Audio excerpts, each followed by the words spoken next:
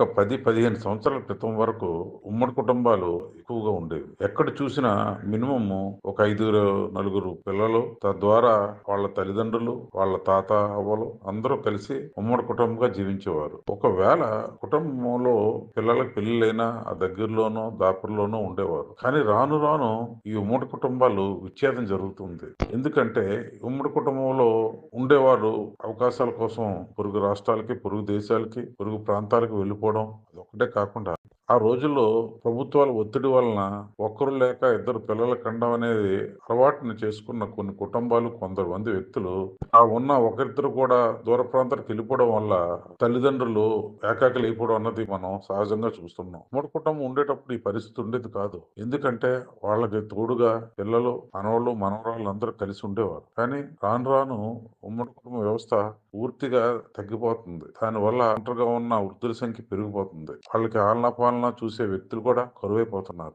ఏదో పండగకి, పబ్బాలకి తల్లిదండ్రులు ఒకసారి చూడడం, పరామర్శించడం, వెళ్ళిపోవడం అదే సాంప్రదాయం వస్తుందే తప్ప అది కూడా ఈ మధ్య క్రమక్రమంగా తగ్గిపోతుంది. ఈ ఒంటరిగా ఉన్న తల్లిదండ్రుల వృద్ధాప్యంలో తమ పనులు తాను చేసుకోలేక, వేరే వాళ్ళని సహాయకులుగా పెట్టుకోలేక ఎంత నరకయాతన అనుభవిస్తున్నారో చాలా కుటుంబాలలో చూస్తూనే ఉన్నాం. కనుక మళ్ళీ ఉమ్మడి కుటుంబాలు రావాలి. కుటుంబ వ్యవస్థ కూడా ఎక్కువ మంది పిల్లలకి అనేటట్టు జరగాలి. ఎందుకంటే ఈ రోజు చైనాలో పరిస్థితి చూస్తున్నాం, జపాన్ లో పరిస్థితి చూస్తున్నాం. అక్కడ యువకుల సంఖ్య తగ్గిపోయి ముసలోళ్ళ సంఖ్య పెరిగిపోయి వాళ్ళ పనులు వాళ్ళు చేసుకోలేని పరిస్థితికి వస్తుంది. కనుక అటువంటి పరిస్థితి మనం దాపురించకుండా ఉండాలంటే ప్రతి వాళ్ళు మినిమం ఇద్దరు పిల్లలైతే కనాలి, ప్రతి దంపతులు. తద్వారా దేశ జనాభా పెరిగినప్పటికి కూడా మన ఆర్థిక వ్యవస్థ కూడా ప్రజెంట్ ఉన్న పరిస్థితిని బట్టి పెరిగేందుకు దోహదం చేస్తుంది. క్రమక్రమంగా వృద్ధుల సంఖ్య పెరిగిపోయిన దేశం ఆర్థికంగా కూడా క్షీణించిపోతుంది. కనుక మన ఉమ్మడి కుటుంబ వ్యవస్థ అనేది చాలా పటిష్టమైంది. ఉమ్మడి కుటుంబ వ్యవస్థ ద్వారా పిల్లలకి తాతావాళ్ళు చెప్పే ముచ్చట్లు ఎంతో గౌరవప్రదంగా ఉంచుతాయి. వాళ్ళని ఒక సక్రమమైన మార్గంలో నడిపించేందుకు దోహదం చేసేవి. కనుక గతంలో ఉన్న విధంగా మన ఉమ్మడి కుటుంబాల వ్యవస్థ పటిష్టం అవ్వాలి. మన తాతావాళ్ళకు సరి అయిన పాలనా చూసే పాత రోజులు తిరిగి రావాలి. ఇవన్నీ జరగాలంటే ప్రభుత్వాలు కూడా అందుకు తగ్గట్టు స్కీములు అన్ని పెట్టాలి. పెడితే ఖచ్చితంగా ఈ ఉమ్మడి కుటుంబ వ్యవస్థ పెరగడానికి దోహదం చేస్తుంది. అయితే మన ఆంధ్రప్రదేశ్, తెలంగాణలో మాత్రం ఈ పెన్షన్ స్కీమ్ వల్ల చాలా మంది తాతావాళ్ళని మనవళ్ళు, పిల్లలు చేరదీసుకోవడం జరుగుతుంది. ఎందుకంటే వాళ్ళకి ఒక ఆర్థిక స్వావలంబన కలుగుతుంది. కనుక ఈ పెన్షన్ అనేది ఒక తాతావాళ్ళకి మాత్రం ఖచ్చితంగా ఉపయోగపడే విధంగానే ఉంటుంది. కనుక ప్రభుత్వాలు ఒక వయసు దాటిన వ్యక్తులకు గాని, కుటుంబాల్లో ఉన్న పెద్దవారికి గాని ఆరోగ్యపరంగా కూడా పూర్తిగా బాధ్యత ప్రభుత్వాలే భరించినట్లయితే ఈ ఆరోగ్య బారిన పడే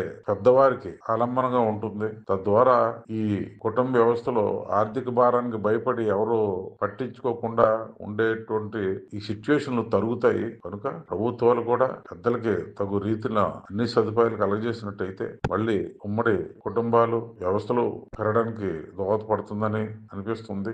ఈ విషయంలో ఒకసారి ప్రభుత్వాలు ఆలోచించాలి.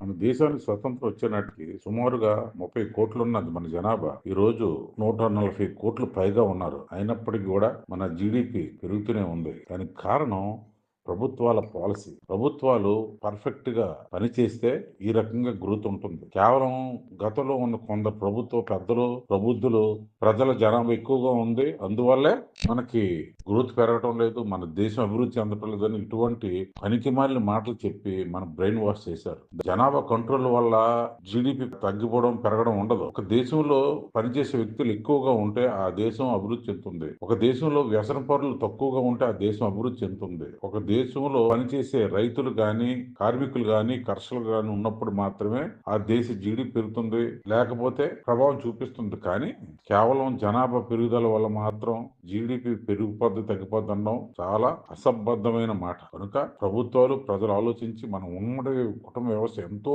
గొప్పది. అటువంటి ఉమ్మడి కుటుంబ వ్యవస్థ వల్లే మన జనాభా కూడా ఈ రోజు ఇంతగా పెరిగింది. ఆ పెరగడం వల్ల చాలా మంది అభివృద్ధిలోకి రావడానికి, మంచి మంచి విషయాలు తెలుసుకోవడానికి కూడా ఉపయోగపడ్డది.